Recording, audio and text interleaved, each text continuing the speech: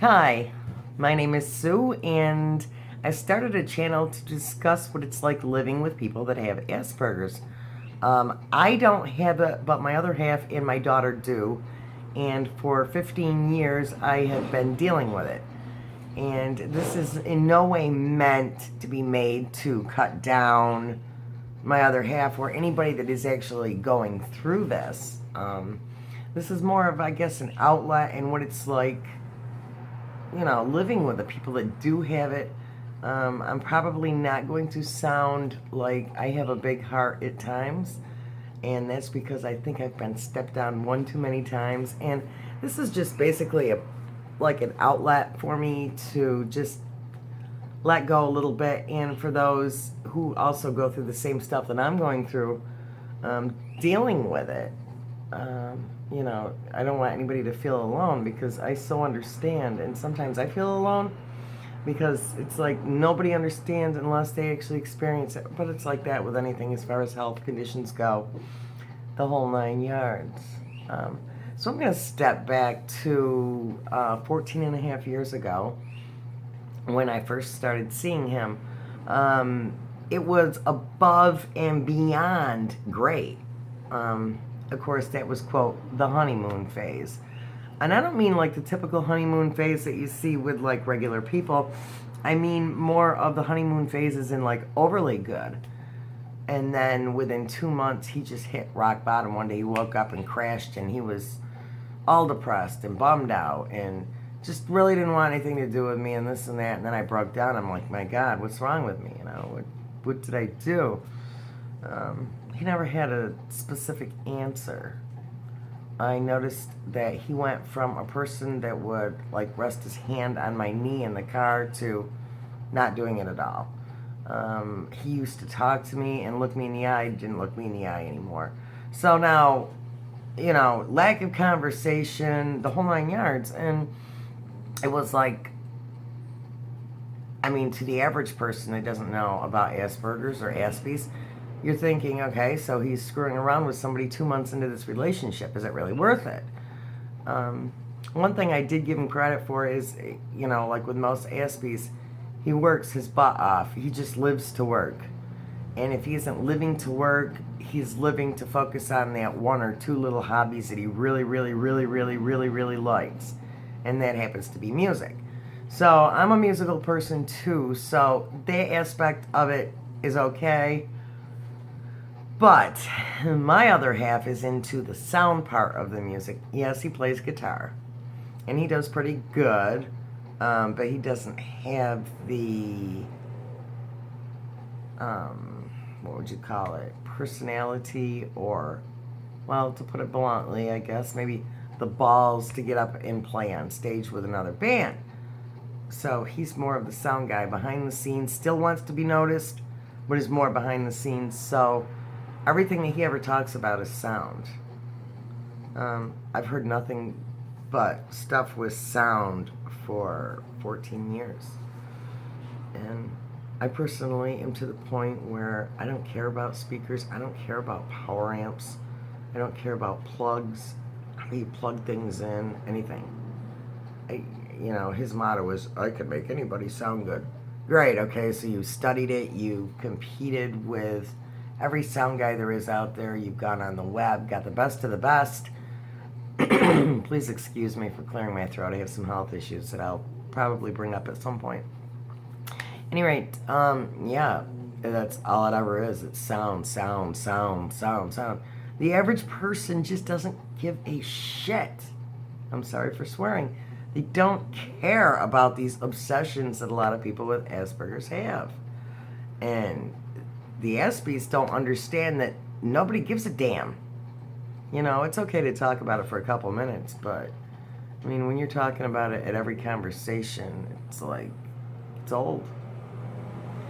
So that's one of the minor things that I have to deal with. I mean, he makes fairly decent money, so we have the best sound equipment around. I was a DJ in radio, and that's where this, I think, kind of stemmed from. When he first met me, I did stuff on TV sometimes, and I worked at a radio station before my voice started going.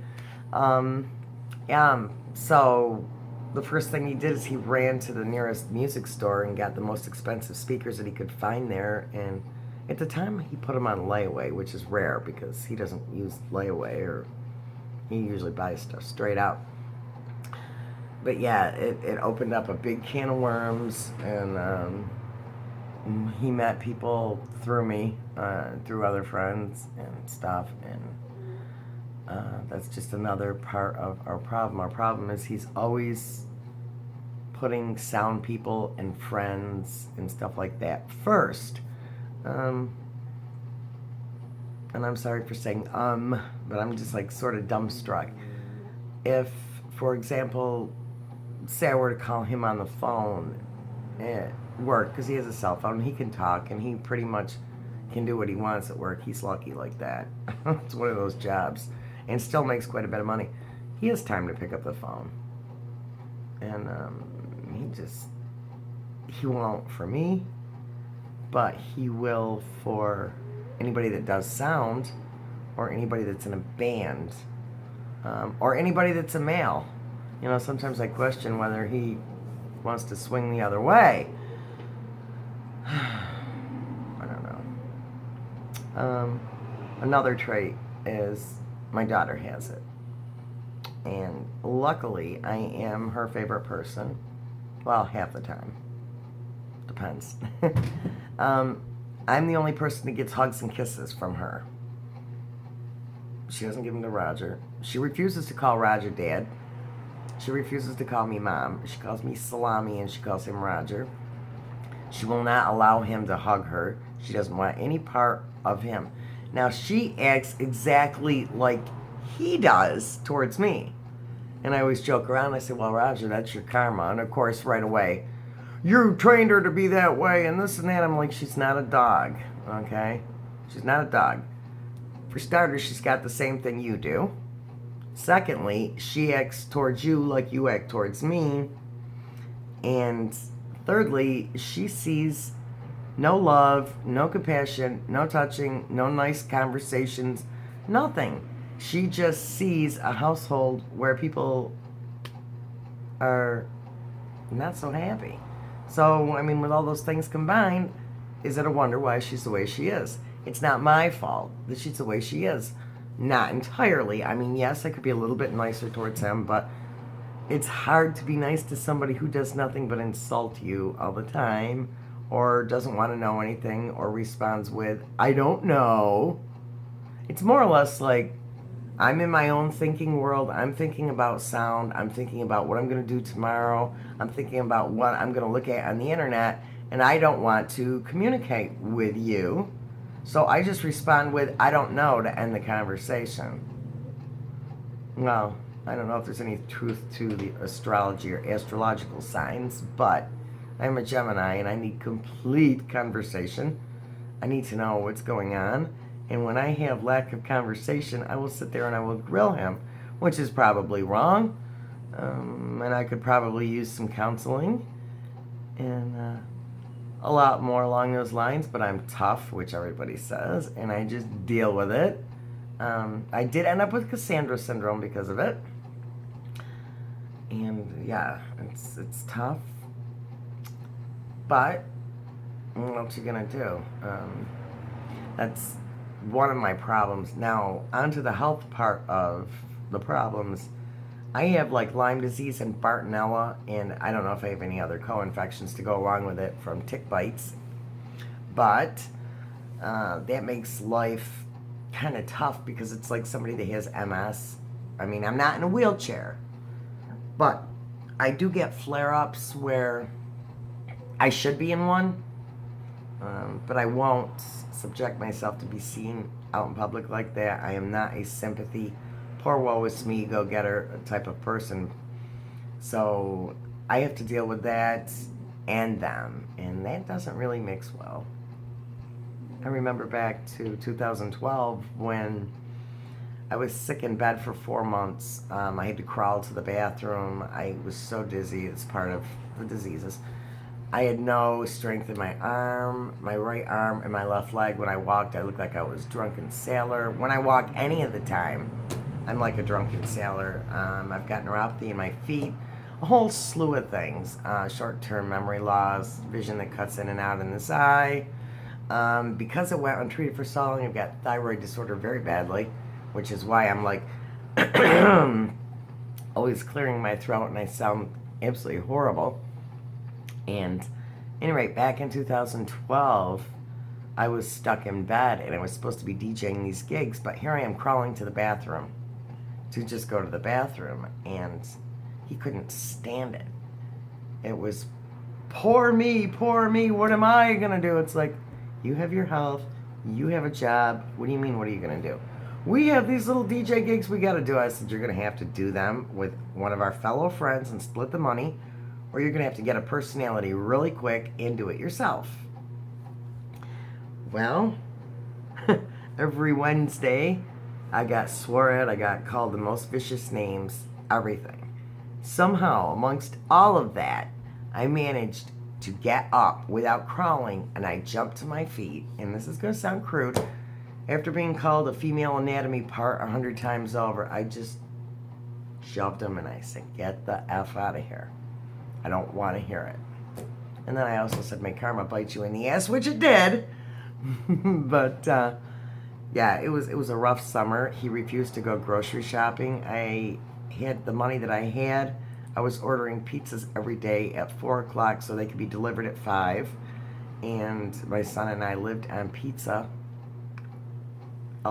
every day. And all because of this Asperger stuff. I mean, he's really lucky that I stayed with him. And, I mean, sometimes I wonder if I stay with him for the wrong reasons, because he's... Financially, it's easier, and I'm sick. I mean, there's no working anymore. There's nothing. I could be fine one moment. 5 minutes later, I may not be so fine. And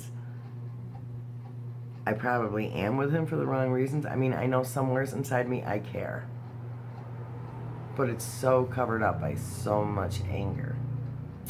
So anyway, I will continue with these videos. I'm going to be talking more in the other videos on topics of, like, say for example, phone calls, what it's like living with somebody that doesn't pick up the phone, or maybe it could be somebody that just refuses to spend money on groceries. Like, that's another thing he hates to do.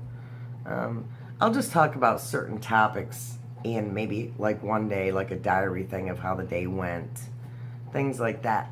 So anyway, I thank all of you guys so much for watching. There'll be more videos coming very soon. I'm going to try to keep them going continuously so nobody gets bored. And I am so welcoming, excuse that.